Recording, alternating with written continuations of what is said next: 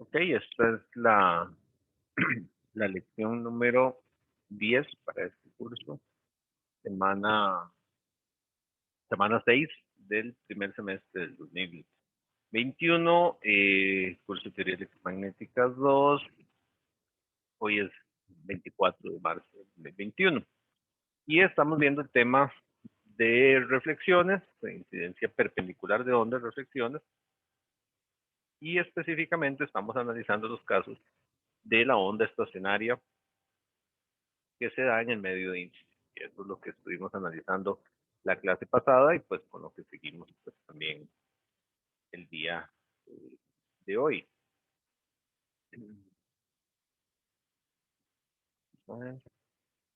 Ok. Entonces, la lección pasada terminamos en el análisis de la onda estacionaria de lo que son máximos de onda estacionaria. De hecho, terminamos en esta diapositiva. Máximos de onda estacionaria, donde logramos determinar una expresión matemática para ubicar los puntos de donde están los máximos de la onda. Siempre una onda estacionaria va a tener máximos. De momento, nosotros lo vimos amparado a la luz de un caso específico, que es el caso donde tenemos un superconductor en el medio 2 y tenemos reflexión total. Y entonces estuvimos viendo que para la onda de campo eléctrico tenemos algo así, ¿verdad? Eso es porque nos ayudó mucho a entender inicialmente los casos. Tenemos que llegar a generalizarlo. Pero nos permitió establecer cuál es la posición de estos máximos, ¿verdad? Entonces aquí está el primer máximo y eso está dado pues con esta fórmula, ¿verdad? Que es menos 1 sobre 2 de beta 1, el ángulo del coeficiente de reflexión, zeta gamma, más 2 mpi. Que también es la misma fórmula, la podemos escribir en términos de la longitud de onda, donde se hace súper evidente, ¿verdad? Que los máximos son múltiplos de lambda medio. Recuerden que está dado con z negativos, porque este punto aquí es z igual 0, entonces estos son los menos z, ¿verdad? Que tenemos, y aquí tenemos los diferentes máximos, donde aquí tenemos los valores de m, ¿verdad? Entonces, por ejemplo, este es m igual 0, m igual 1, m igual 2, ¿verdad? Entonces, donde el primer máximo, esto corresponde al segundo, esto corresponde al tercer máximo, etcétera, etcétera, etcétera, ¿verdad? Este, y tenemos estos casos. Y les decía que presten atención a la fórmula, porque cuando uno obtiene máximos, todo queda muy claro, uno obtiene zetas negativos, pero en ocasiones hay que despejar ese z max, ¿verdad? Y cuando uno lo despeja, tiene que escribir el z max como un valor negativo para que le dé bien los resultados. Entonces, presten atención a este. Bien, ahí tenemos los máximos, esos son los máximos. La contraparte es obtener la posición de los mínimos, aunque pues es un ejercicio, pues es útil, digamos, obtenerlo, pero ubicando un máximo, estaba marcando, perdón, marqué mal aquí, estos son los máximos, ¿verdad? En la figura marqué los mínimos. Está pensando en el que viene. Estos son los máximos, ¿verdad? Y sabemos que la distancia de un máximo a un mínimo es lambda cuarto, ¿verdad? Entonces, con solo que ubiquemos un máximo adecuadamente y conozcamos la longitud de onda, podemos ubicar todos los demás. Entonces, eso ahí para que esté claro ese detalle. Sí, ahí fue un safis mío, como lo expliqué, pero todo está bien ahí. Ahora vamos por los mínimos, donde vamos a averiguar la posición de los mínimos y el valor, porque de los máximos averiguamos el valor, ¿verdad? Dijimos que un Emax es igual al E1 sub 0 más por 1 más la magnitud de grado, básicamente. Y eso es lo que nos marca el valor o nos indica, pues, con lo cual podemos calcular el valor que va a tener el MAP.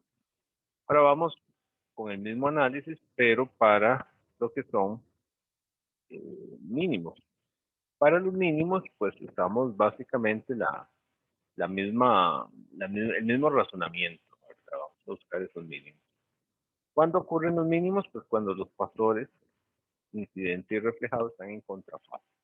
O sea, hay una interferencia destructiva de 180 grados.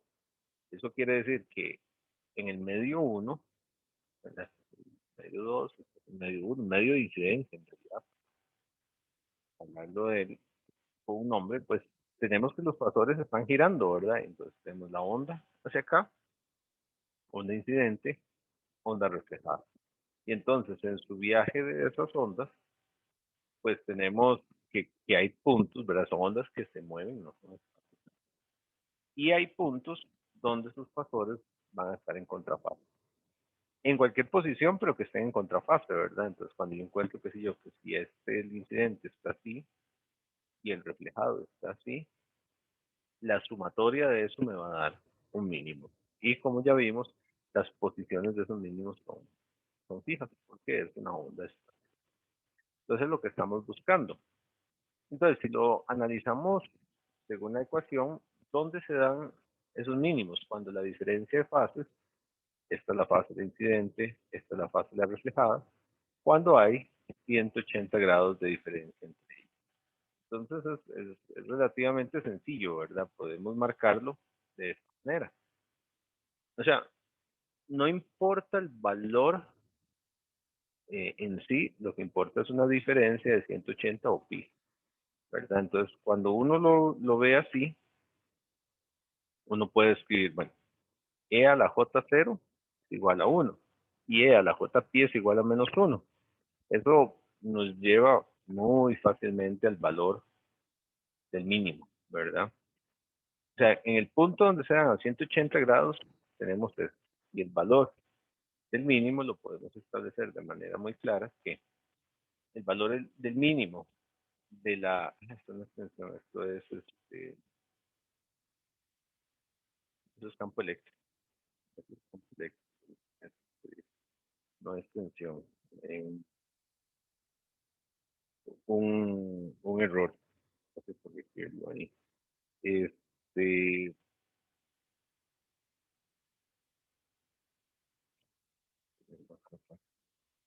sección. Entonces, el mínimo de esa onda estacionaria está dado por el valor de la magnitud de la onda incidente, 1 menos gamma. Uh-huh. En el caso que nosotros vimos específicamente, ¿verdad? Estuvimos viendo cuando,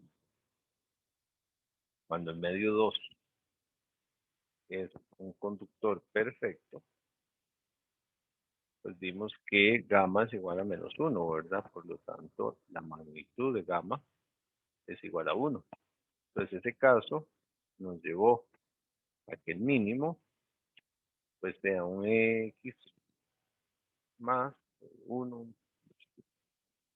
1 menos la magnitud que es 1, ¿verdad? Entonces, cero.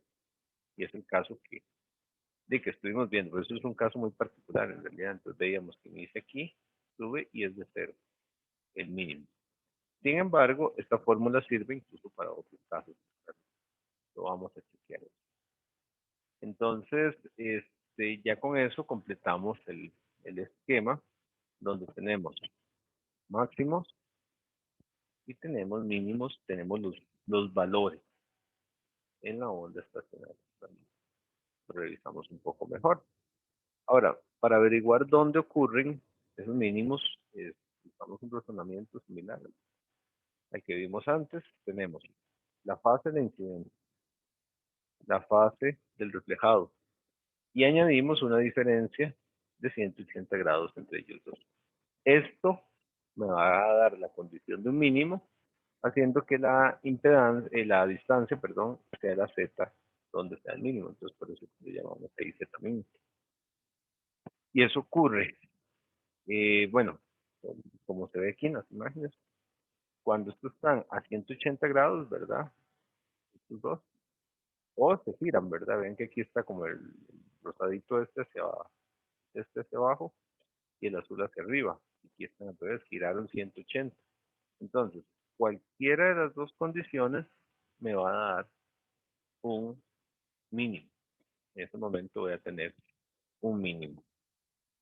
Por lo tanto, yo tomo la fórmula, esta, que es la que me da el mínimo, y como eso puede ocurrir en cualquier punto, ¿verdad? Entonces le puedo sumar múltiplos de pi a ambos lados, sumar o restar, en realidad me va a llevar al mismo punto. Se ponen a conveniencia.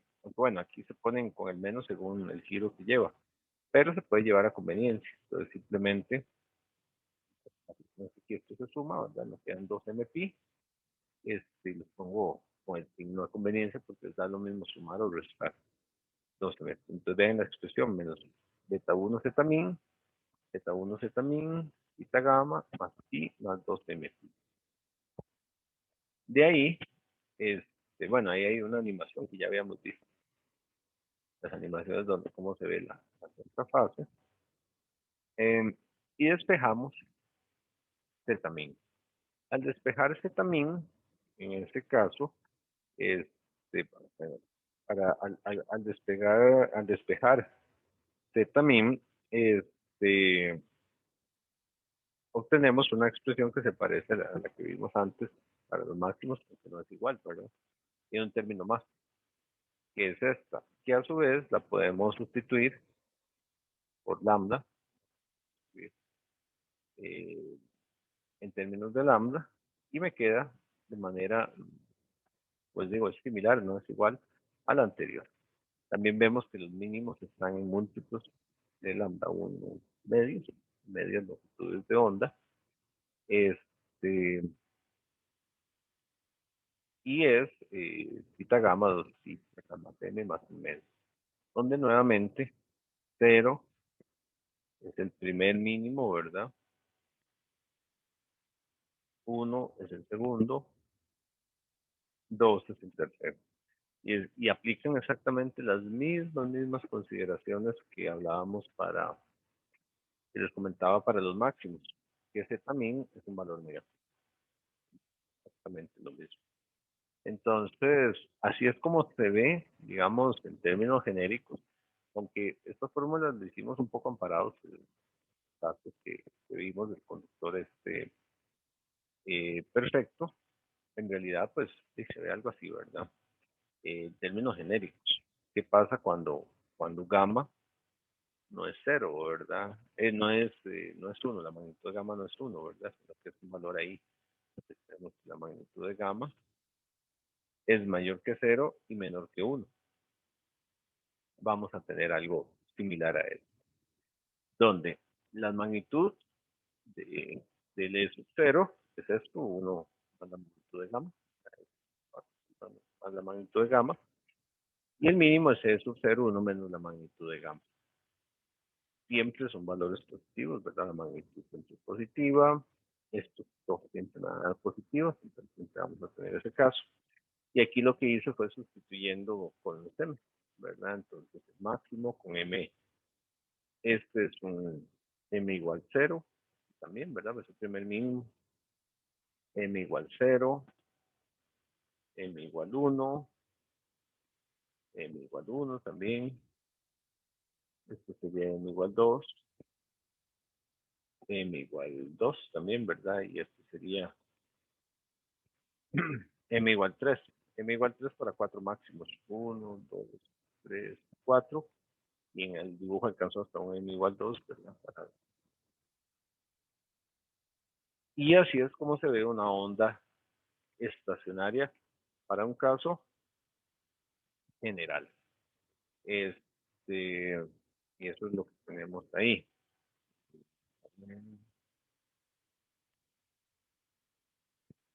Ok. Antes de pasar a los otros términos, no sé, alguna pregunta, alguna duda, este punto, por lo que es la onda estacionaria.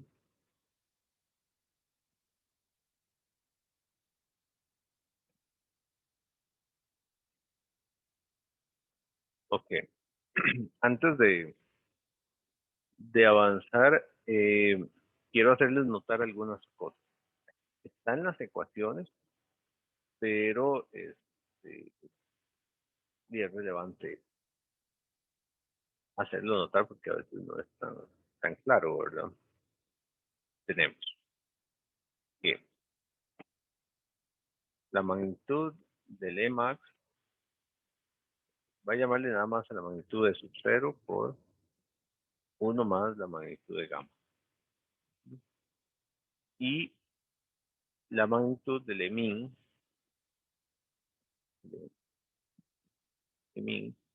va a llamar E sub 0, 1 menos la magnitud de gamma, ¿verdad? Nosotros partimos de un caso extremo, cuando teníamos reflexión total, ¿verdad? Ese fue el caso que vimos con la frontera con el conductor perfecto, ¿verdad? Entonces, cuando partimos de eso, dijimos, ah, bueno, si tenemos reflexión total, nosotros vimos, bueno, magnitud de gamma igual a 1, y pues dibujamos algo así, esto para tener la idea de referencia. Dibujamos que partíamos que el mínimo de campo eléctrico estaba acá, ¿verdad? Y teníamos una gráfica de este tipo, ¿ok? Es una gráfica de este tipo, donde tenemos el valor, ¿verdad? Vean que en ese caso el valor del máximo es igual a la magnitud del E máximo, es igual a 2 de sub 0. Que ven que esto me da 1 más 1 es 2, ¿verdad? La magnitud del E min es igual a 0, seguimos con 0. Es muy fácil ubicar los puntos, ¿verdad? Porque aquí está en 0, aquí está en menos lambda 1 medios, menos lambda 1, menos 3 lambda 1 medios, etc. Y sabemos, pues, también que el campo magnético, pues, está al contrario, ¿verdad? El campo magnético se va a ver así. Siendo en blanco la magnitud del campo magnético total y siendo el que está en rojo la magnitud del campo eléctrico total. Okay. Y podemos sacar los diferentes valores que se manejan ahí. Ahora, ¿qué pasa conforme el coeficiente de reflexión va bajando? Y ese es el análisis que quiero hacer. Estamos pasando, digamos, de un punto de referencia, que es que es de reflexión total. ¿Qué pasa cuando tenemos una reflexión más baja? ¿Verdad? O sea, ¿qué ocurre cuando la magnitud de gamma es menor que 1? O sea, una reflexión normal, por así decirlo. El otro dibujo estaba, pero quiero que veamos la tendencia de qué es lo que ocurre. Vamos a un caso como este, vean que estas gráficas siempre las hacemos así, ¿verdad? Este es el z igual 0, x son z negativos, siempre las hacemos así. Algunos libros son medios rebeldes y más bien la hacen hacia la derecha, para hacer la diferencia más usual. Ahí se va a encontrar uno. Cuando uno tiene eso, pues sí, se va a establecer un máximo, se va a establecer un mínimo, donde el máximo aquí va a ser E sub 0, 1 más la magnitud de gamma. Y el mínimo va a ser E sub 0, 1 menos la magnitud de gamma. Ahora, usualmente, ya en un caso de estos, uno suele encontrar algún, algún corrimiento de fase tal que pues el mínimo o el máximo no está en la frontera. Eso ya los números se lo dan a uno. Pero es muy usual entonces que si yo ya tengo una onda que empieza aquí, que vaya hacia un máximo, algo así, y que eso vaya a un mínimo. Los mínimos aquí tienden a verse, vamos, la onda que queda en realidad no es senoidal. Yo sé que a veces parece senoidal, pero no es senoidal. Hacia arriba suele ser más redondeadita cuando uno lo grafica con algún software, puede ser así, y aquí tiende a ser un poquito más como en pico, hacia abajo.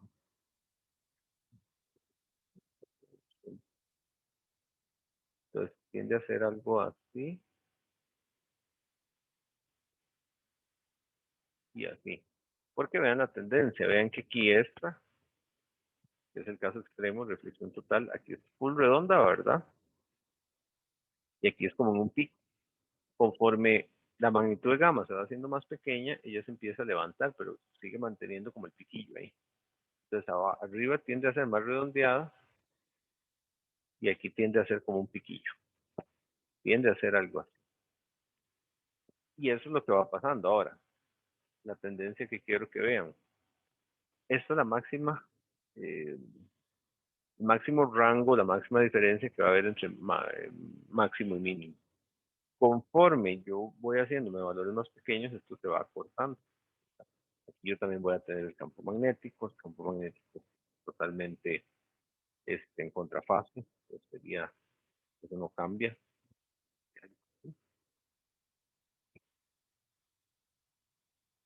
algo así, ¿verdad? H y E se vería algo así. ¿Y qué pasa cuando yo tengo? Esta es la tendencia que les digo que quería analizar con ustedes. ¿Qué pasa cuando yo tengo una magnitud de coeficiente de reflexión que tiende a cero? Que no es cero, porque si es cero no hay onda estacionaria. Pero ¿qué pasa si esa magnitud tiende a cero? ¿Qué ocurre? ¿Y cómo se ve cuando eso tiende a cero?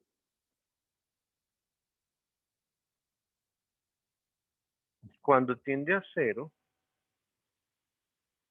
algo que podemos notar es que en este escenario, el ET max tiende al ET min. Están pareciendo, ¿verdad? Ustedes ven la fórmula aquí, uno más, qué sé yo, 0.1, digamos que es un gamma bajito, ¿verdad? Me va a dar 1.1 y 1 menos 0.1 me va a dar 0.9. ¿Te parecen? ¿Qué pasa si gamas son más pequeños, 0.05? Quedarían los rangos de 0.95 a 1.05, ¿verdad? Se van pareciendo. Entonces, en esos casos, lo que ocurre es que el campo eléctrico, o el máximo del campo eléctrico, va marcándose muy cercano,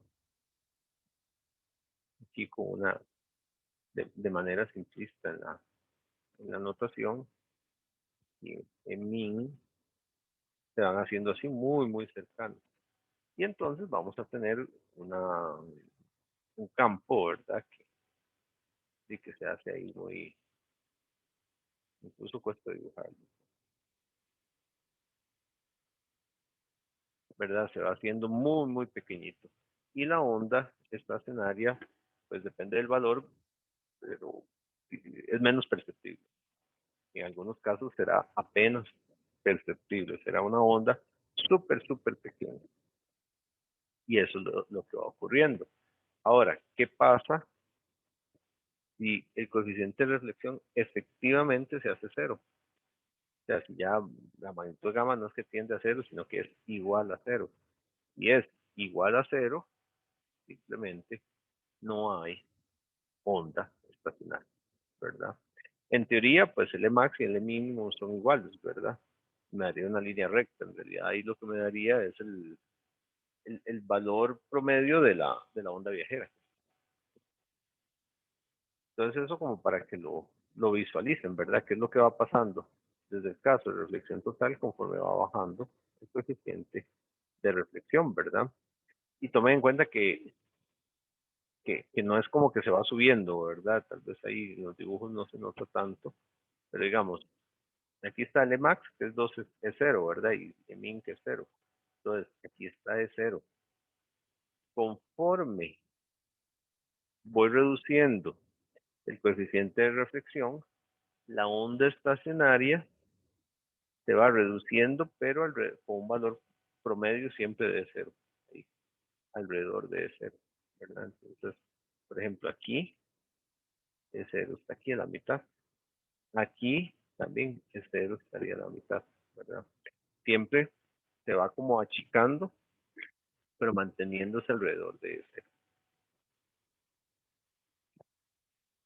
O sea, la magnitud de la onda incidente. Eso para que lo tengan ahí bien. ¿Alguna pregunta? ¿Una duda ahorita con esto? Bien, parece que no. Entonces, seguimos. Ahora, si avanzamos, podemos definir algunos parámetros que son de utilidad. Hay uno que se llama la relación de onda estacionaria. En español, ROE. En inglés, es el Standing Wave Rate. La relación de onda estacionaria, como el cociente de onda estacionaria. Y esto es en español, ¿verdad? Spanish. Esto es en inglés. Y esto es el hate. El hate lo llama eso. Como quieran, úsenlo como quieran.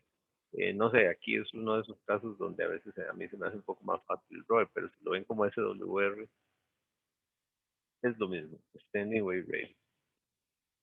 Es lo que se llama una figura de mérito. Es decir, si habrán visto la definición de lo que es una figura de mérito. Una figura de mérito se le suele llamar a todos aquellos números que nos inventamos para medir o cuantificar algo. Entonces el número nos dice algo, pero es un número que no viene ni por una ley natural, ni por una ley física de ningún tipo, ¿verdad? Simplemente es un número que a alguien se le ocurrió decir, ah, mira, sí, con ese número podemos medir tal cosa, porque mayor valor del número indica algo, menor valor indica algo, etcétera. Eso es lo que llamamos una figura. Entonces a alguien se le ocurrió que si yo hago un cociente entre máximo y mínimo, puedo tener una indicación interesante. Sí. Este, ya vamos a ver cómo se ve eso. Como les decía, se designa de diferentes maneras, ¿verdad? Sobre el ROE. Y la idea es la siguiente. Vean ahí lo puse con las tres formas. Es el cociente entre el valor del campo máximo y el valor del campo mínimo. Que cuando los hago, ¿verdad? Los dos tenían un E sub 0 que se cancela. Me queda uno más gamma y uno menos gamma. Se usa para medir la reflexión. Es un número que es parecido, digamos, al gamma. Gamma me dice la reflexión. Lo que pasa es que se tiene otros usos ahí matemáticamente y cosas como el ROE. Pero se usa para medir la reflexión. De hecho, si uno lo analiza, el ROE está entre 1 e infinito, ¿verdad? Porque son como los dos casos. O sea, ¿qué pasa cuando la magnitud de gamma es igual a 0? Entonces tenemos 1 más 0, 1 menos 0, ¿verdad? Entonces ahí es donde el ROE termina siendo 1. ¿Y qué pasa cuando la magnitud de gamma es igual a 1? ¿Verdad? Cuando es igual a 1, pues el ROE, ahí se ve, ¿verdad? Va a quedar 1 menos 1, 0. Y entonces, ese ROE, también llamado SWR, es infinito. En el caso aquí, un ROE igual a 1, pues esto implica no reflexión. Esto se llama transmisión total, entonces. Ya todo se transmite. Esto es lo que se llama un caso de acople. Es el acople entre los dos medios. Le llamamos acople cuando se transmite todo. Y por el otro lado, cuando tenemos esto, es el caso de reflexión total. que es el caso también de un desacople total. Generalmente esto es totalmente desacoplado, o sea, no puede estar más desacoplado. Y aquí es donde está acoplado, ¿verdad? Y también pues, por ahí se usa el término de que cuando la magnitud de gamma es mayor que cero y menor que uno, simplemente se dice que hay un desacople. Esos son los casos donde se dice que hay un desacople. Nada más que este es el desacople. Entonces vemos cómo el ROE solito, pues me da una indicación de cómo está acoplada los medios, ¿verdad? Ya iba a decir la línea de transmisión, me había intentado a decir. No, es que digamos, estos conceptos se usan igual para línea de transmisión, pero decía, a veces uno se le va. Entonces, tenemos eso ahí, ¿verdad? Este, ese ROE se puede expresar en decibeles, y es logaritmo de ROE, ¿verdad? Este, donde pues vamos a tener los casos ahí, ¿verdad? Que cuando es uno es un ROE que va a estar entre cero, ¿verdad? Y hay infinitos decibeles, nada más que va a dar números más bonitos. Eso es el ROE, ¿verdad? Es un parámetro muy común, es un número fácil de leer, ¿verdad? Podemos comparar, entonces podemos decir, bueno, tenemos un ROE o un SWR, ¿verdad? Diferente, eh, que me habla de el grado de acople de una línea de transmisión, de una, se aplica igual. De hecho, esto es un medidor, pero para líneas de transmisión, pero bueno, lo puse para ilustrar.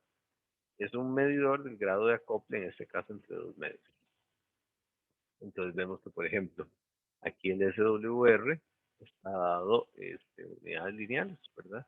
Entonces me dice aquí, para este aparato en particular, aquí es un 1, ¿verdad? Que es el más bajo. Esto me diría que está acoplado y ahí me va dando, ¿verdad? Y bueno, me habla de alta reflexión, eso depende mucho del sistema. Y es un parámetro útil, bueno, para medir reflexión y especialmente con otros parámetros que después vamos a ver.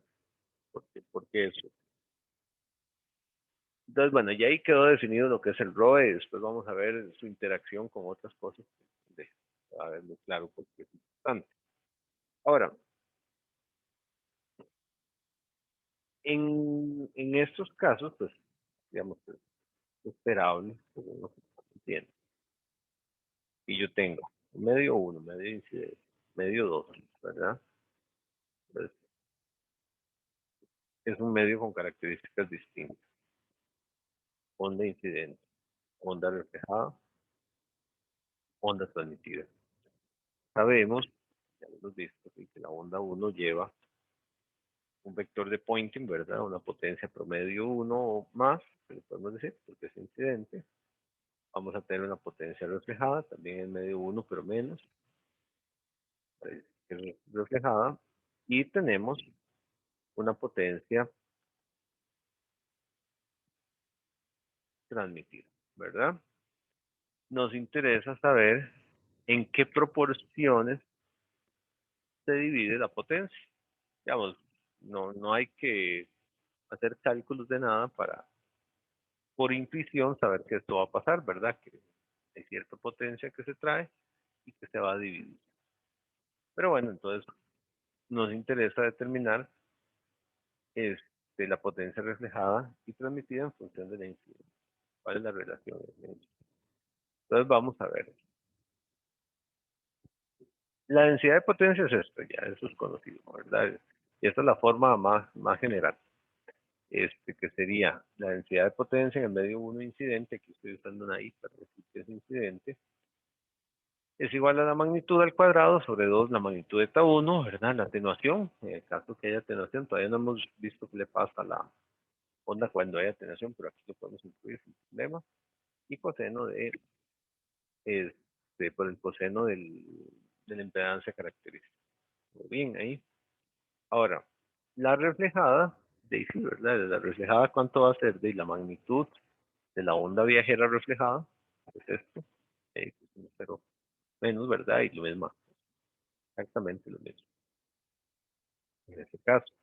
Pero entonces podemos sustituir, ¿verdad? Porque ya a este punto es muy claro que el EX10 menos es igual a, bueno, la magnitud, ¿verdad? Es igual a la magnitud de gamma por el EX10, ¿verdad? Entonces, cuando chocan acá, tenemos eso. Y como es al cuadrado, entonces eso me lleva a un coeficiente, a la magnitud del coeficiente de reflexión al cuadrado por la incidente. Ahí. Entonces, si yo tomo estos dos términos, ¿verdad? Si yo tomo la onda incidente y la onda reflejada, generalmente nos interesa saber qué porcentaje de la onda incidente se refleja. Entonces nos interesa saber esta densidad de potencia, qué proporción corresponde de esta que viene. Que podemos hacer el cálculo. Entonces, al hacer el cociente entre ellos, reflejada sobre incidente, tomamos así, y pues se nos cancela un montón de cosas, ¿verdad? Nos canceló todo casi. ¿Qué nos queda? Bueno, ahí se ve, ¿verdad? Nos queda que el cociente entre ellos es la magnitud de gamma al cuadrado, lo cual se llama el coeficiente de reflexión de potencia. No hay símbolo diferente para ese coeficiente, es el mismo símbolo de la incidente, y con eso pues ya tenemos ahí la potencia incidente y la potencia reflejada. O sea, ya podemos calcular que la potencia reflejada es igual a la potencia incidente multiplicada por la magnitud de gamma cuadrada, lo cual es sumamente eh, relevante para nuestro caso, sumamente relevante. Y eso es lo que tenemos ahí. Ahora, si consideramos la ley de conservación de energía, y esto nos va a llevar a la potencia transmitida, bueno, ¿qué sabemos de esa ley? Y sabemos que ahora sí podemos hablar de conservación de energía, ¿verdad? Conservación de potencia, similar. Lo que trae la incidente es lo que se reparte entre la reflejada y la transmitida, ¿verdad? Aquí no hay, no hay duda en eso.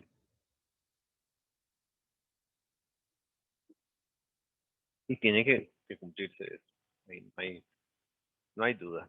Por lo tanto, o sea, yo sé esto, ¿verdad? Es decir, entonces yo sé que esta relación es una relación cierta.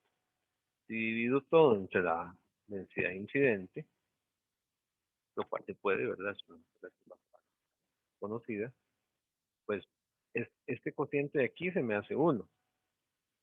Este cociente que está aquí es exactamente este cociente que está aquí. Por lo tanto, esto se convierte en la magnitud de gamma cuadrado. Y este cociente último de acá es el que ando buscando. Es el cociente de la magnitud de la transmitida sobre el incidente.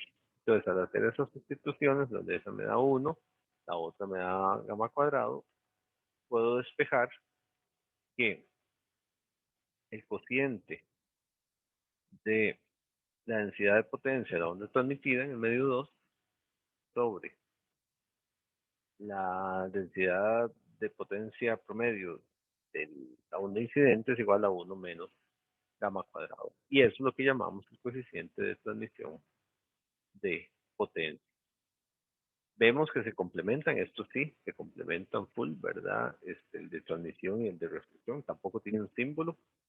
Eh, y con eso tenemos esa relación. Eh, aquí tal vez mencionar entonces que, por ejemplo, si yo grafico, vamos a ver, para ver. um, es que no, lo que iba a hacer es como un tema que viene más adelante. O sea, yo tengo aquí, vamos a ver, yo tengo aquí la magnitud al cuadrado es el de reflexión. 1 menos esa magnitud, esa es transmisión, ¿verdad? Esto es reflexión y esto es transmisión. Básicamente lo que vemos ahí es que, ¿verdad? El coeficiente de reflexión más el coeficiente de transmisión siempre me va a dar 1. Siempre, siempre, siempre me va a dar 1. Lo cual es clarísimo aquí, ¿verdad? Entonces, si yo estoy reflejando el 50%, estoy transmitiendo el 50%. Si estoy reflejando el 20%, estoy transmitiendo el 80% y así sucesivamente. Y aquí sí se da. Aquí es diferente de la otra relación que habíamos visto, ¿verdad? Aquella de que el coeficiente de reflexión se relaciona con el coeficiente de transmisión, ¿verdad? Para campos, como uno más. Y aquí sí teníamos algo que era curioso, ¿verdad? Que el coeficiente de transmisión podía ser igual a 2. Y no. Y siempre ambos están entre 1 y 0. Y simplemente se cumple esa ley de conservación de energía. Y listo. Ya con eso tenemos ahí caracterizada lo que es la onda estacionaria. Nos hace falta un detalle que es como hablar un poquito de cuando hay pérdidas, pero bueno, todavía tenemos que llegar ahí, y es que eso es más valioso inclusive cuando hay en líneas de transmisión, pues. ¿Alguna pregunta?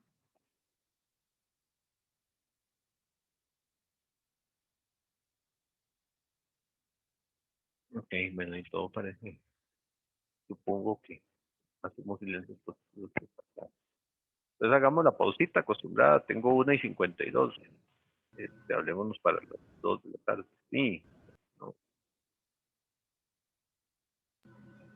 No, no, que en el examen aparecen las preguntas, profe. Esperemos que salgan antes del examen. Está bien. Ok, hagamos la grabación. Antes de seguir exactamente con el siguiente tema, quería mostrarles algo. Y es el razonamiento para entender un poquito qué ocurre en el caso con la onda estacionaria, en el caso que hay pérdidas. Eh, o sea, básicamente es onda estacionaria, estacionaria con pérdidas. No es el caso más común en realidad de análisis. No solemos analizar mucho la onda estacionaria cuando hay muchas pérdidas, pero es un caso interesante de revisar. Primero, entender cómo es un caso con pérdidas, ¿verdad? Sabemos que un campo eléctrico es igual a una magnitud por E a la menos alfa z, ¿verdad? Por el coseno, pues, onda viajera, ¿verdad? Menos beta z. Esa es una onda viajera, ¿verdad? Esto que está aquí me maneja la magnitud, ya esto lo habíamos hablado, ¿verdad? Esa es la magnitud. Entonces, si yo tengo que graficar únicamente magnitud, yo puedo decir, bueno, sí, la onda, la referencia que hemos venido utilizando, de esta para acá, ¿verdad? Y aquí quiero graficar solo la magnitud de la onda que se mueve a la derecha, pues ya lo habíamos visto por ahí, que lo que vamos a tener es un valor, ¿verdad? Y tenemos una caída exponencial. Algo así, ¿verdad? Es como se ve. Que al final de cuentas, pues la magnitud aquí sería E sub 0, ¿verdad? Y la curva como tal me lo da, pues, la atenuación, ¿verdad? Multiplicado por ese E sub 0, pues la forma me lo da eso que está ahí. Y yo analizo la onda reflejada, haciendo esto un E más, digamos, y yo analizo la E menos, pues es muy similar. ¿Verdad? Yo voy a tener un E0 menos, digamos, E más para distinguirlos, y aquí voy a tener un E a la alfa Z Vamos a hacer explícito, ¿verdad? El exponente e a la más alfa z, y por el mismo coseno que me da pues la onda viajera, ¿verdad? Lleva un más aquí también para decir que es onda viajera. Pero vemos que se atenúa en dirección más, en dirección menos z. Este se atenúa en dirección más z y este en menos z. Entonces, yo tengo que graficar la magnitud de la onda, ¿verdad? Eso sería aquí en una dirección, digamos, menos z. La impresión bien de a dónde vamos. Y aquí la magnitud del E menos, la atenuación es hacia el otro sentido, ¿verdad? Entonces partimos de un valor particular y se va atenuando. Entonces, aquí graficar eso hacia el otro lado. Bueno, más o menos. Aquí sería el E0 menos, ¿verdad? Este era el E0 más, no le voy a pasar más. Este sería porque es el valor que inicia. Y la forma de onda me lo está dando el E a la más alfa z. Pero vemos que las direcciones de atenuación son contrarias, ¿verdad? Una para un lado y otra para el otro lado. Ok. Algo que nos encontramos cuando vemos la onda estacionaria, bueno, viendo eso, ¿verdad? Yo voy a dibujarlo aquí como pequeña referencia. Este, vamos, voy a dibujarlo en el contexto en el que estamos. Esto sería la magnitud de E, este es el z igual 0, ¿verdad? Menos z para allá. Entonces la onda incidente se atenúa de aquí para allá, ¿verdad? Esto sería la magnitud de la onda incidente. Y la onda reflejada, a lo mucho, puede tener el mismo valor que esta, ¿verdad? Cuando sale, no más de eso. Generalmente un poquito más abajo. Y a partir de acá se va a ir atenuando, ¿verdad? Y entonces esto sería la magnitud de la onda reflejada. Vean que la reflejada no puede salir más arriba de la otra. A lo mucho podría salir igual, ahí de forma genérica, pues un poquito más. Ok, cuando yo tengo un máximo, pensando ahora en la onda estacionaria, cuando yo tengo un máximo, ¿qué me da el máximo? Digamos, cuando yo tengo un máximo de tensión, máximo, yo tengo que el E total, campo total máximo, es cuando los dos fasores están, valga la redundancia, en fase. Entonces yo tengo la suma de la magnitud del E más el E menos. Al final de cuentas, eso es lo que estoy teniendo, ¿verdad? Y eso uno lo puede ver de la ecuación, ¿verdad? Uno dice, E sub 0, 1 más magnitud de gamma, ¿verdad? Esto es igual a E sub 0 más magnitud de gamma por E sub 0. Donde esa magnitud, ¿verdad? En realidad es la magnitud del incidente, ¿verdad? Y esta es la magnitud del reflejado. Entonces, uno se da cuenta que los máximos se componen de la suma de las dos magnitudes, ¿verdad? Estoy tomando la magnitud que tengo en ese momento, en esa posición, y la suma. ¿Y de qué se componen los mínimos? El mínimo se compone, el ET min es igual a la diferencia de esos dos, de las dos magnitudes, menos, de menos, ¿verdad? Eso es lo que tenemos en el momento en que sea. ¿Por qué? Porque esa es la misma fórmula, pero con menos aquí.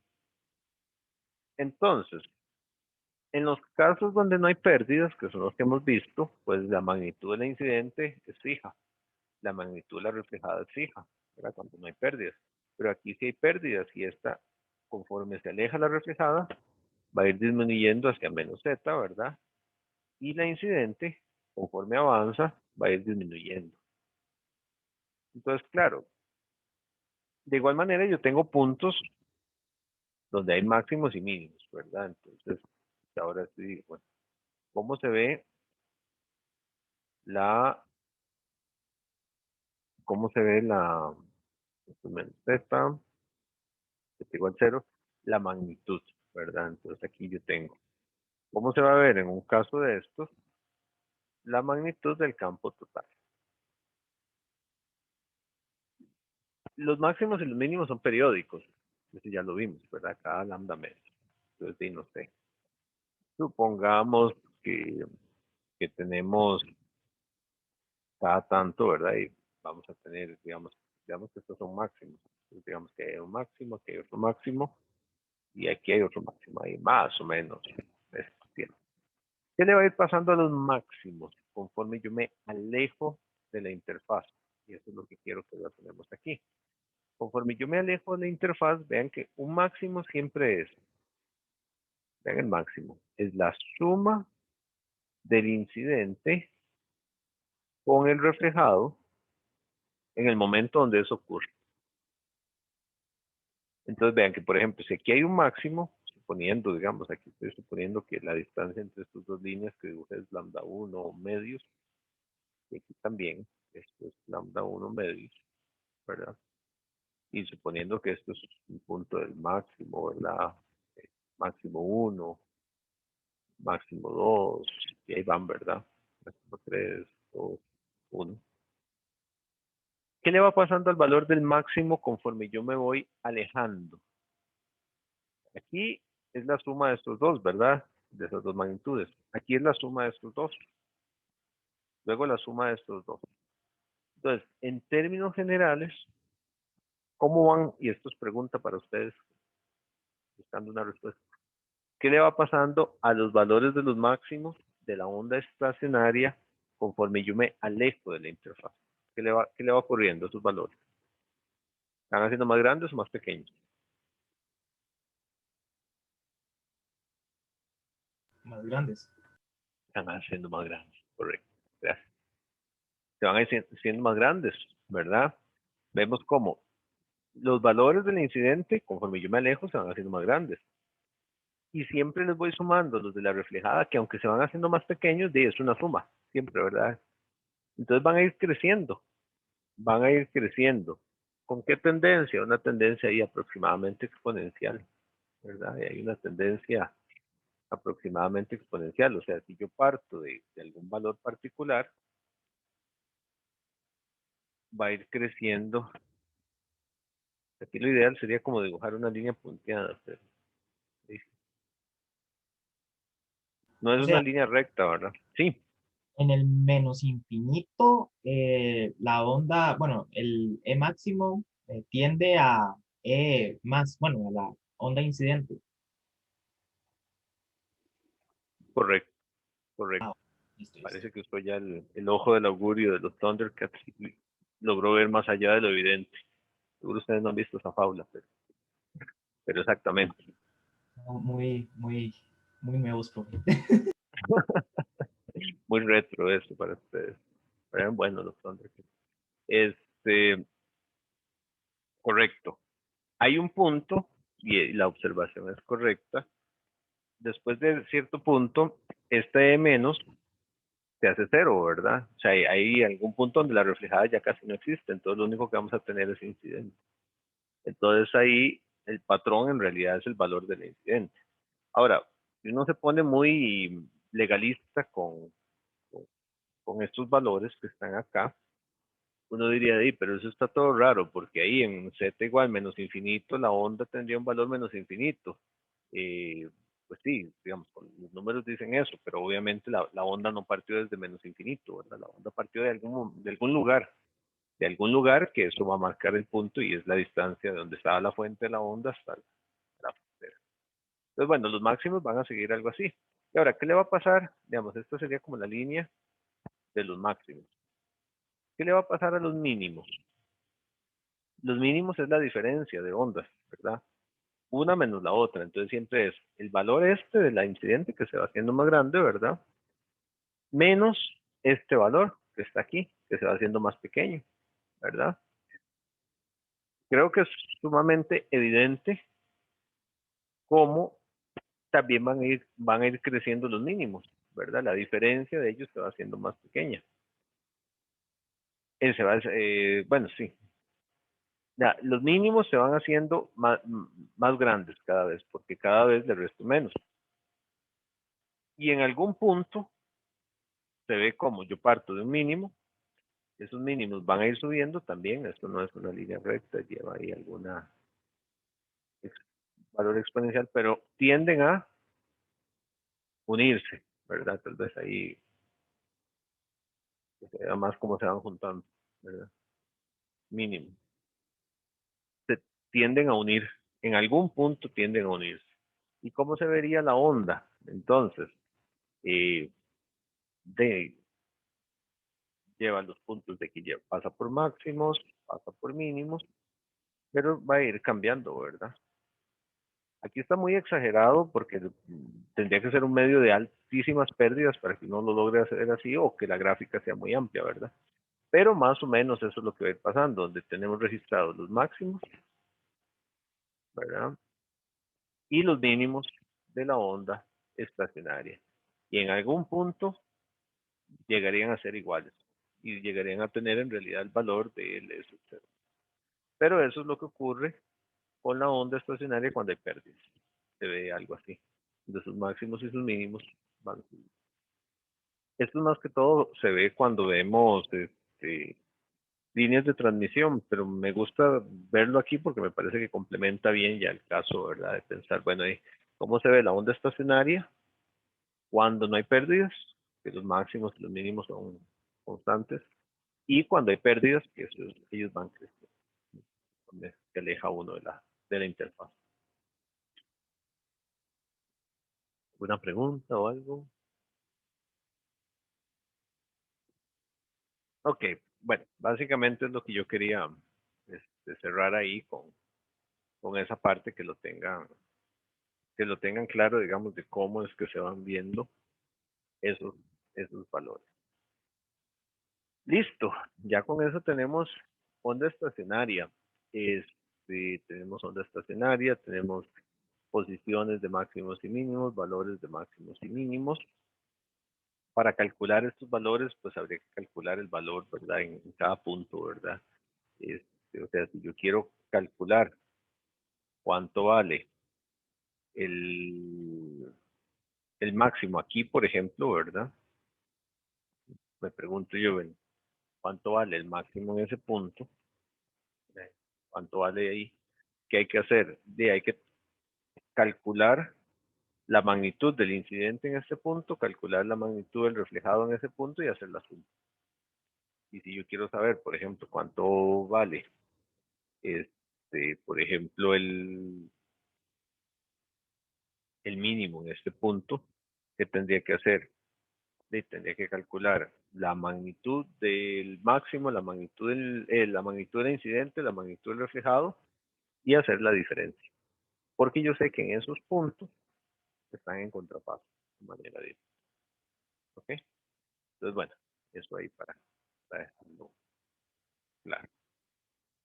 El siguiente tema que corresponde ver es que se llama la incidencia sobre múltiples interfaces, como la continuación natural de estos fenómenos. Que lleva, que es cuando, como su nombre lo dice, múltiples interfaces. Nosotros hemos considerado de momento solo medios semi-infinitos. ¿Qué es un medio semi-infinito? De que nosotros pusimos una frontera, ¿verdad? Nosotros llegamos y dijimos, bueno, sí, tengo una frontera, tengo un medio 1, un medio 2, marcamos aquí, decimos, sí, esto es z igual 0, pero de aquí para allá, esto llega hasta z igual infinito, ¿verdad? Y de aquí para allá llega hasta z igual menos infinito. El medio es semi-infinito, lo cual es una buena suposición ahí para trabajar, pero tampoco la más realista, ¿verdad? Porque realmente no tenemos algo así. A veces, digamos, el medio semi-infinito yo puedo considerar una onda que viene, no sé, estoy en algún punto del Valle Central y una onda viene del volcán Irazú Entonces, viene viajando y choca aquí con algo, ¿verdad? Yo digo así, viene un medio semi-infinito. Es una distancia lo suficientemente grande para que, por ejemplo, cualquier onda reflejada sea casi cero, ¿verdad? Pero generalmente choca con algo que sí es finito, ¿verdad? Usualmente no tenemos una frontera con algo que se extienda de manera semi-infinita hacia el otro lado. Choca con un edificio, choca con vidrio, choca con la pared, con una persona, etcétera, y no es semi-infinito. Entonces, ¿qué vamos a considerar? Vamos a considerar una onda que viaja, viene de un medio semi-infinito, choca con un medio finito y luego sigue con otro medio semi-infinito. Que es el caso de, por ejemplo, de, no sé, que choque con de un pedazo de material, de algún ladrillo, si quieren verlo, ¿verdad?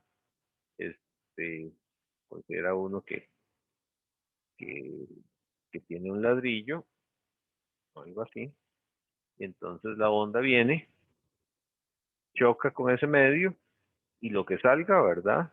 Otra vez está en el aire, semi-infinito, pero el medio ese con el cual choca no es este, semi-infinito, sino que es finito. Este es el caso que vamos a ver. Este caso, pues tiene la energía incidente, ¿verdad? Tiene una onda incidente, tiene un medio, bueno, tiene una onda incidente, tiene un medio eta 1, ¿verdad? Caracterizado, una impedancia característica. El medio finito, un grosor L, medio eta 2, y el otro medio eta 3. La frontera aquí en z igual 0 al final, y entonces aquí estaríamos en z igual menos L, ¿verdad? Para marcar ahí L como tal. Entonces, en ese caso, pues vemos que hay campos que van y vienen, ¿verdad? Tenemos el campo incidente, lo cual es entendible. Sabemos que va a haber un campo reflejado. Apenas choca, algo se va a reflejar. En el medio 2 algo se transmite, pero también algo se va a reflejar por la diferencia de medios que tenemos aquí. Y finalmente, en el medio 3 pues tenemos una onda transmitida. Entonces, esos son los campos que están involucrados.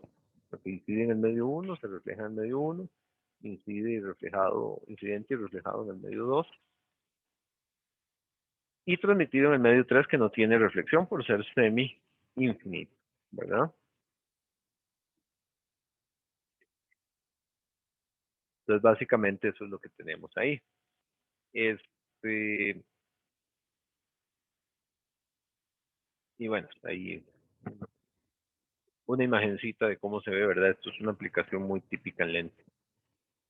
Un lente, ¿verdad? Entonces tenemos luz que puede moderar con una onda electromagnética. De hecho, esta parte tiene mucha utilidad en fibra óptica, por ejemplo. Entonces tenemos la onda incidente, la onda reflejada, lo transmitido, pero tenemos un lente que tiene un grosor determinado. Ahora, por simplicidad, nuevamente vamos a considerar alfa igual a 0, ¿verdad? Por facilidad. Y aquí tenemos que hacer una definición de algo diferente. Nosotros de momento siempre hemos establecido, digamos, que teníamos un medio, ¿verdad? Teníamos un medio determinado caracterizado por una impedancia característica eta. Y decíamos que eta, o decimos que eta es igual a la magnitud, ¿verdad? Del X 1, 0 sobre el HY 1, 0, bueno, máxima, ¿verdad? Eso es lo que hemos dicho. Y lo hemos caracterizado así. Incluso escribimos en algún momento que eta era igual a menos EX 1, 0 menos sobre HY 1, 0 menos. Y le pusimos un menos porque sabíamos que ese H era negativo. Pero a lo que voy con esto es que lo que hemos escrito son impedancias características del medio que me describe, que es un cociente que describe la relación entre la onda de campo eléctrico y onda de campo magnético que viajan en la misma dirección. ¿Lo ven? Más, menos y menos. Y no se mezclaban, ¿verdad? O sea, yo no puedo hacer un eta entre el X 1, 0 menos y el HY 1, 0 más, ¿verdad? No funciona así, sino que es un cociente entre los campos que viajan en la misma dirección. Eso es lo que tenemos ahí. Resulta que eso pues sigue aplicando para campos que viajan en la misma dirección, pero tenemos algo diferente en algunos casos, especialmente aquí en el medio 2. En el medio 2, aunque yo puedo hacer un análisis del campo eléctrico que viaja en un lado, del campo eléctrico que viaja en otro lado, ¿verdad? Algo que tenemos es que aquí tenemos un campo eléctrico, ¿verdad? Bueno, y magnético también, que viaja aquí, ¿verdad? Sería como el X20 más, y un campo reflejado que sería el X20 menos, ¿verdad? Pero al final de cuentas, voy a tener un campo total ahí. Un campo total que es la suma de ellos dos. Si yo los sumo, pues voy a tener un X2 total, digamos, ¿verdad? Que es la suma de esos dos. O el campo magnético pasa lo mismo. O sea, el campo magnético yo voy a hacer uno para allá y voy a tener una suma de esos dos. Si yo hago un cociente del total en el medio 2 del campo eléctrico total en el medio 2 sobre el campo magnético total del medio 2, no obtengo la impedancia de eta 2. Tengo algo diferente. A ese cociente se le llama impedancia de onda, eta wave, por eso la W. Y depende de Z. Vamos a ver por qué depende de Z. Resulta que en el medio 2, entonces yo tengo incidente y reflejado, ¿verdad? Vean que el total es el incidente y el reflejo. Ahí está. El reflejado, pues lo puedo expresar en términos del incidente, ¿verdad? Estableciendo lo que sería un gamma 2,3, que está aquí. Yo aquí puedo decir gamma 1,2, ¿verdad? Que es de esa interfaz, y aquí el gamma 2,3, ¿verdad? Entre estas dos interfaces. Entonces lo tengo ahí en términos del incidente. El campo magnético, pues va a ser similar, ¿verdad? El campo magnético, yo tengo los dos incidentes, los reflejados, el campo magnético pasa similar, ¿verdad? Tengo incidente, tengo reflejado, y a su vez puedo escribirlo en términos del con el coeficiente de reflexión, ¿verdad? Hay un menos, que es por la dirección que se refleja, y gamma 2,3, ¿verdad? Es más sobre todo. Hasta ahí todo normal, en realidad no hay nada nuevo, porque conocemos que eso es lo que ocurre, ¿verdad? Obviamente sí, ahí habría una onda estacionaria, ahí habría... Solo que es un tanto diferente, porque yo tengo que la onda, digamos, cuando se da la primera interfaz aquí, el primer choque, algo refleja inmediatamente, algo se transmite, luego aquí algo se refleja, algo se transmite, pero a su vez esto, algo refleja para allá y algo transmite para allá, ¿verdad? Y ahí se crea una sumatoria infinita de reflexiones. Pero bueno, no estamos analizando. Por eso es que les digo que aunque habría una onda estacionaria, no es exactamente como el otro caso. Ok, pero vean que ya tenemos eso. Entonces a partir de ahí tenemos ese eta wave que está ahí. Este,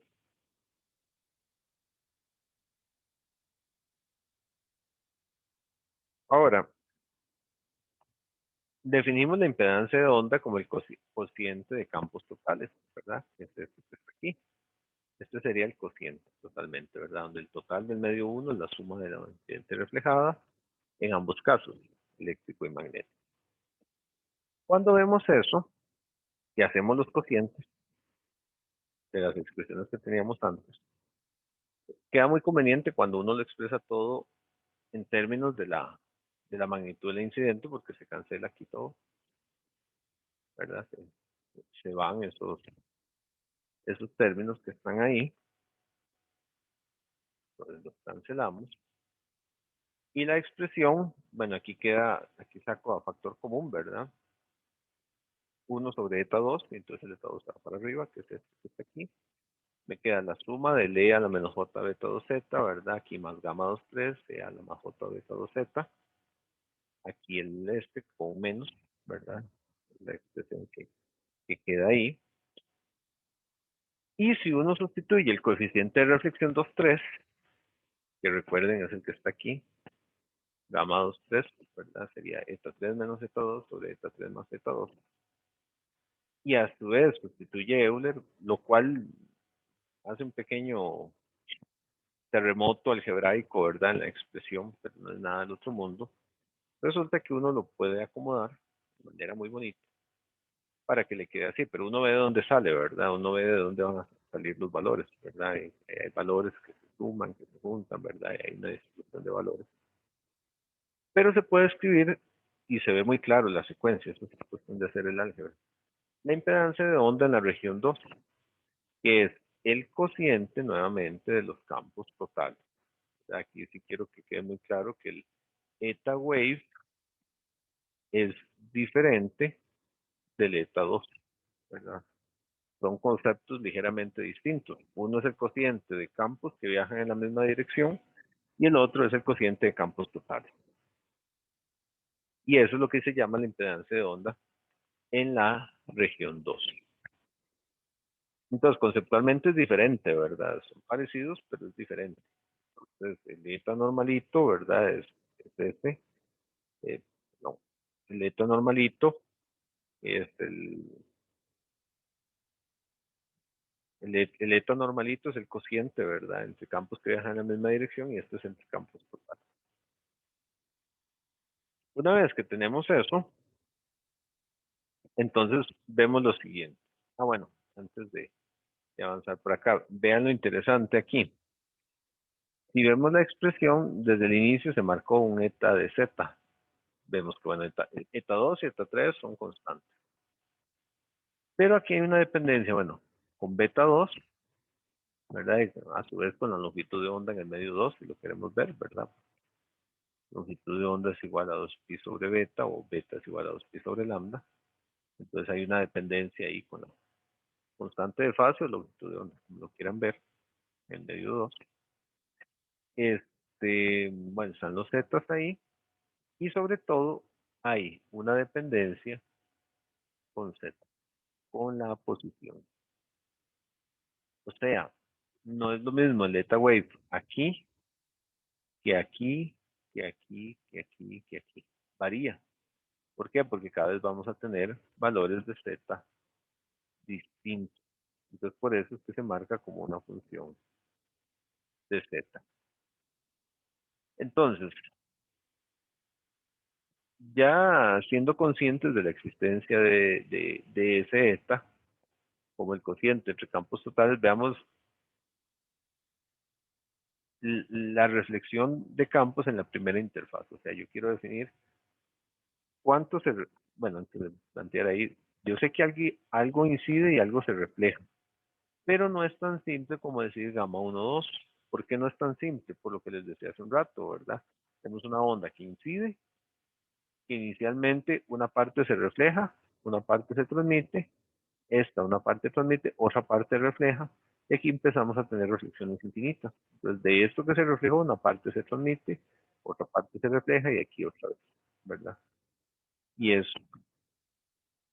un proceso y son infinitas reflexiones. De hecho, cuando se hacen esos análisis, nosotros aquí no lo hacemos, no nos aporta tanto, pero uno establece series ahí, ¿verdad? De sumas infinitas, están ahí. Entonces, yo no puedo decir de manera tan simple que lo que se refleja me lo da gamma 1, 2. ¿Por qué? Porque es una condición diferente. Nosotros obtuvimos gamma 1, 2 para medios semi-infinitos. Y ahora no tenemos esa condición, es algo diferente. Vean lo siguiente, si analizamos la condición de frontera en la primera interfaz, es donde estamos analizando, tenemos que la condición de frontera dice que los campos tangenciales, ¿verdad? A ambos lados son iguales. Y ahora, a diferencia de como lo hicimos antes, tenemos la suma de un incidente y un reflejado en el medio 1. Y aquí también, uno transmitido y uno reflejado en el medio 2, ¿verdad? Ya tenemos una expresión para el campo total en el medio 2, que es la suma de estos dos, ¿verdad? X, S total en el medio 2, ya lo hicimos hace rato. Y eso, la suma de esta, tiene que ser igual a la suma del incidente reflejado en el medio 1. Justo aquí en la interfaz. Z igual menos Z. ¿Ok? Entonces, cuando analizamos eso, bueno, también cumple para el campo magnético. Exactamente igual. Va a cumplir. Va a cumplir igual. Y entonces, cuando evaluamos en Z igual menos L, vamos a tener una relación de magnitudes interesante. Y es la siguiente. Esa evaluación uno la puede ver un poquillo extraña porque cuando uno agarra las ecuaciones, ¿verdad? Uno se pone a sustituir ahí Z igual menos L, entonces le quedan uno el exponente, por ejemplo, menos beta 1 L, ¿verdad? Es, bueno, más cuando sustituye el menos L y el otro con menos y demás.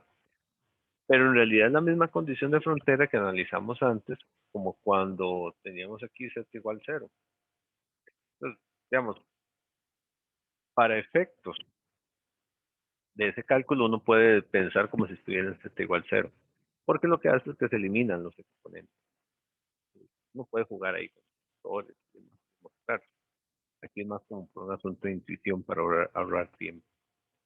Entonces resulta que cuando tenemos eso, el campo incidente, del campo incidente solo me queda su magnitud, del reflejado su magnitud en el medio 1. Y bueno, en el total sí hay que evaluarlo, ahorita vemos eso. Para el campo magnético es algo similar, ¿verdad? El campo magnético medio 1, el campo magnético medio 2. Pero lo interesante es eso. Aquí tenemos, ¿verdad? La magnitud de lo que sería el campo total en el medio 2. Y para el campo magnético tenemos que es esa magnitud, pero es esa magnitud no entre eta 2, sino el eta wave evaluado en menos L. ¿Por qué? Porque estamos considerando para el medio 2 el campo total. Y esto es el campo total, ¿verdad? Vean, aquí están los totales. Y hace rato dijimos que el eta wave es igual al E total, ¿verdad? Sobre el H total. Ahí abreviados los files. Entonces, aquí entra a jugar el eta wave.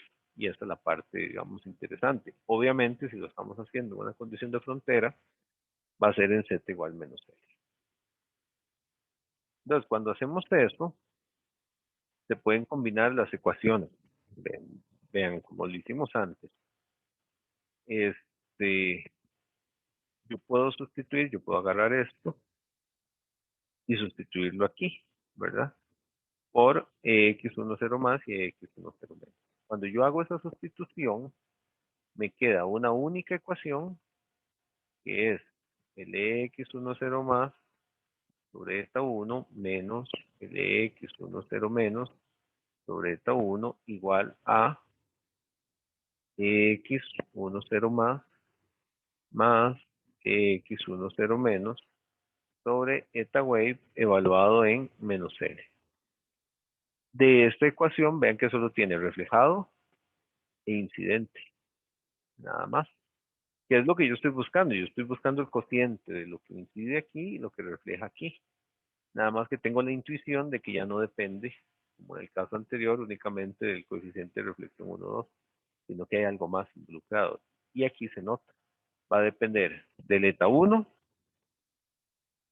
y del eta wave, evaluado en z igual menos 3. Entonces, se combinan las ecuaciones, ¿verdad? Y puedo despejar el cociente x10 menos y x10 más.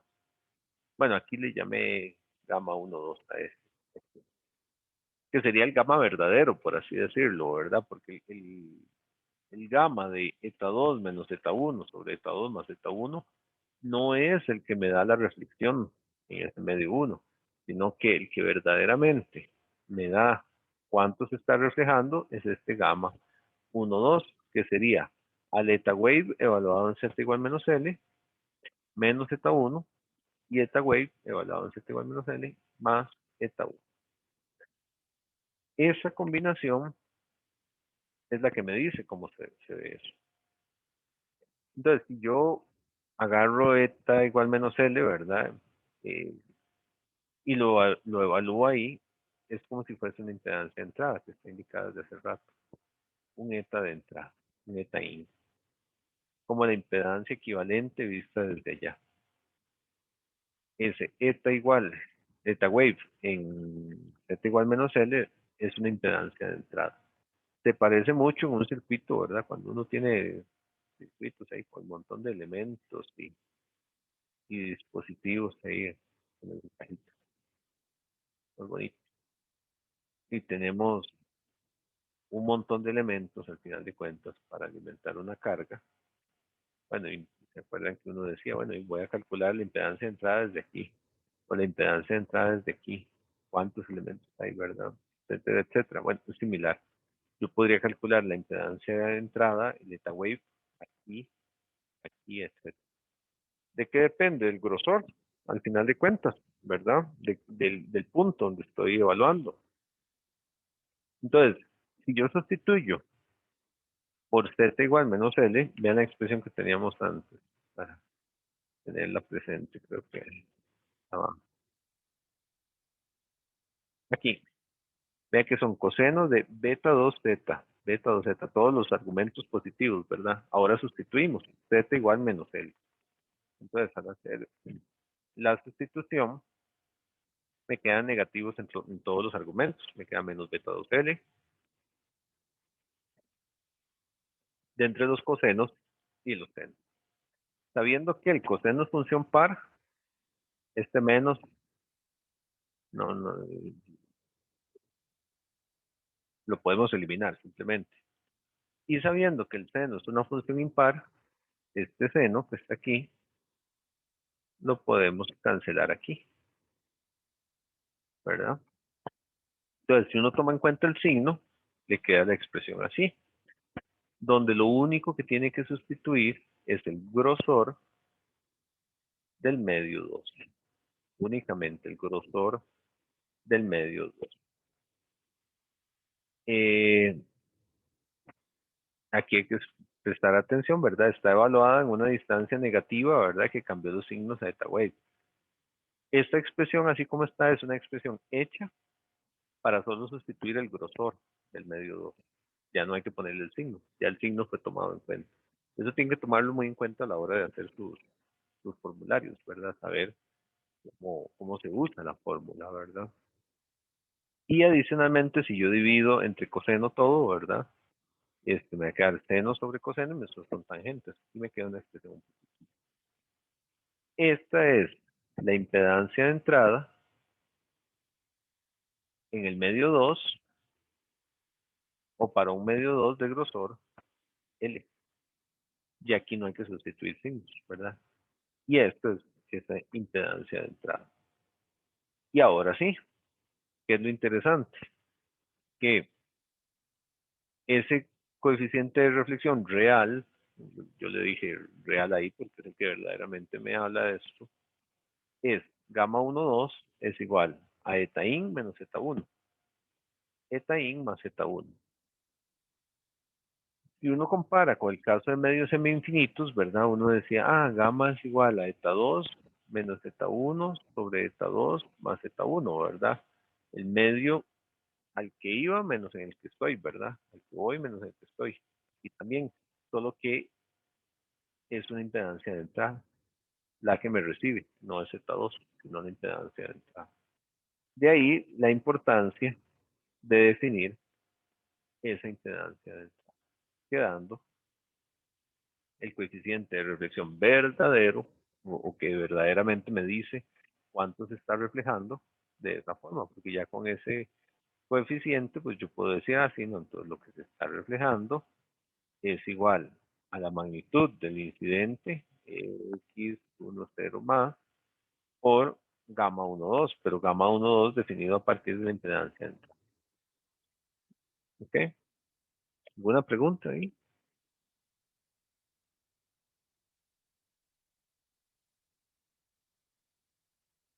Parece que está claro. ¿Okay? A partir de eso, yo también puedo determinar para estos casos las proporciones de potencia, ¿verdad? Esto lo vimos hace un rato. Aquí puesto con P.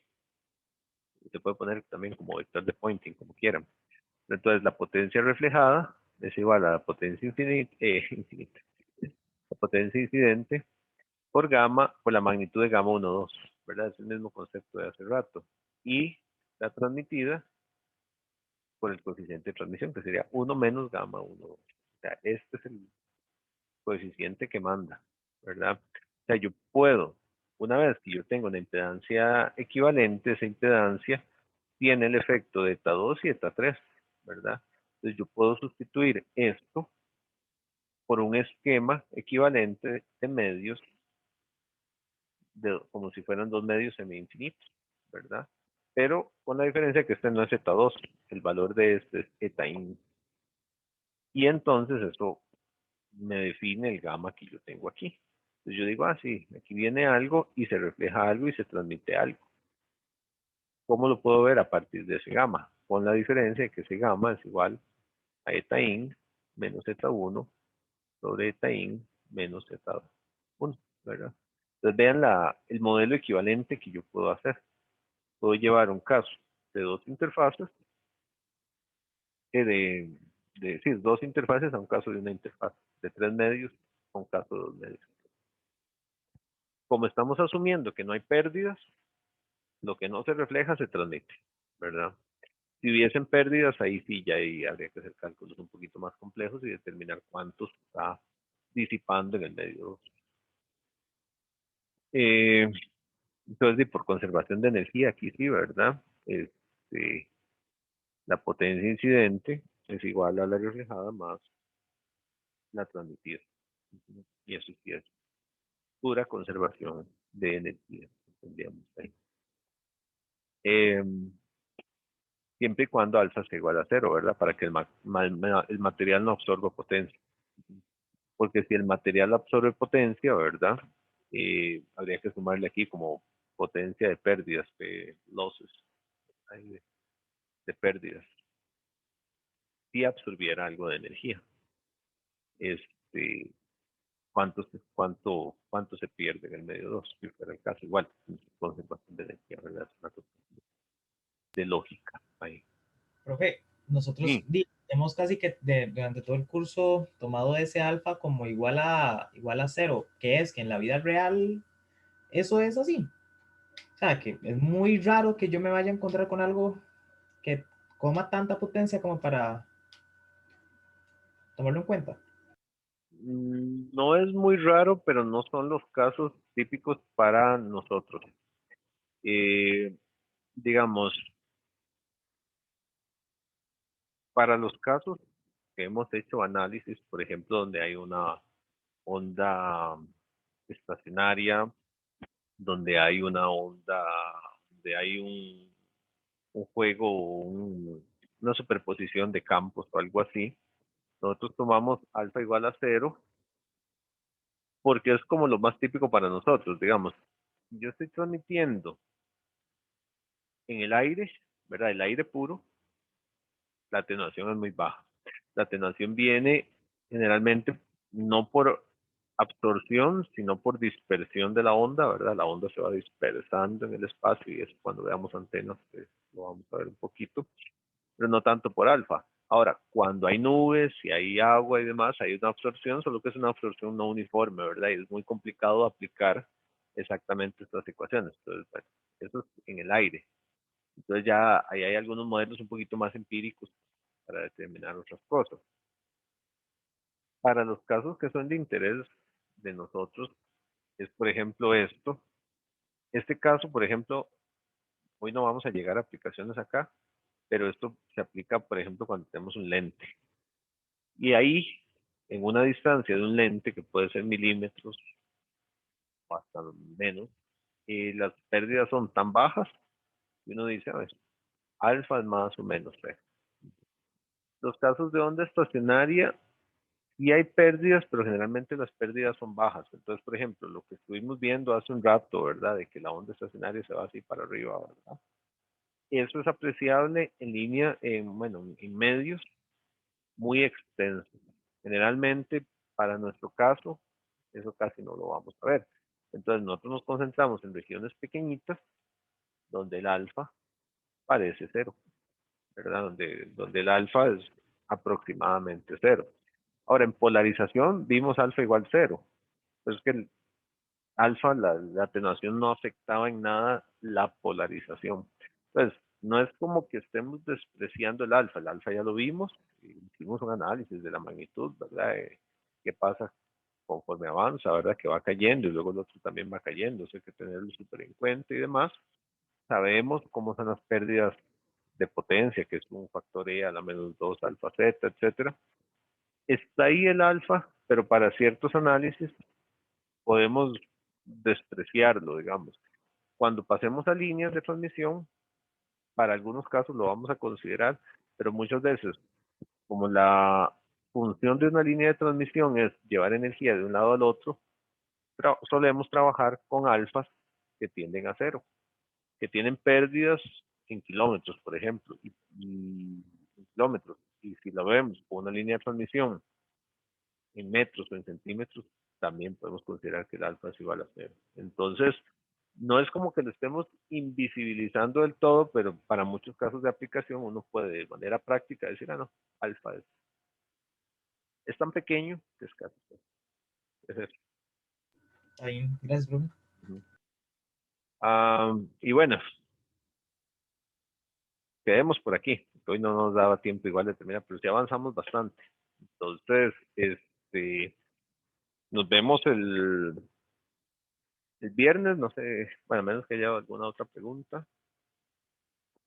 Sí, va a decir que necio, pero la tutoría, profe. Uy, yo no la subí, ya me la pasaron y no la subí. Mea culpa. Sí, sí, culpa total mía, sí, es cierto. Sí,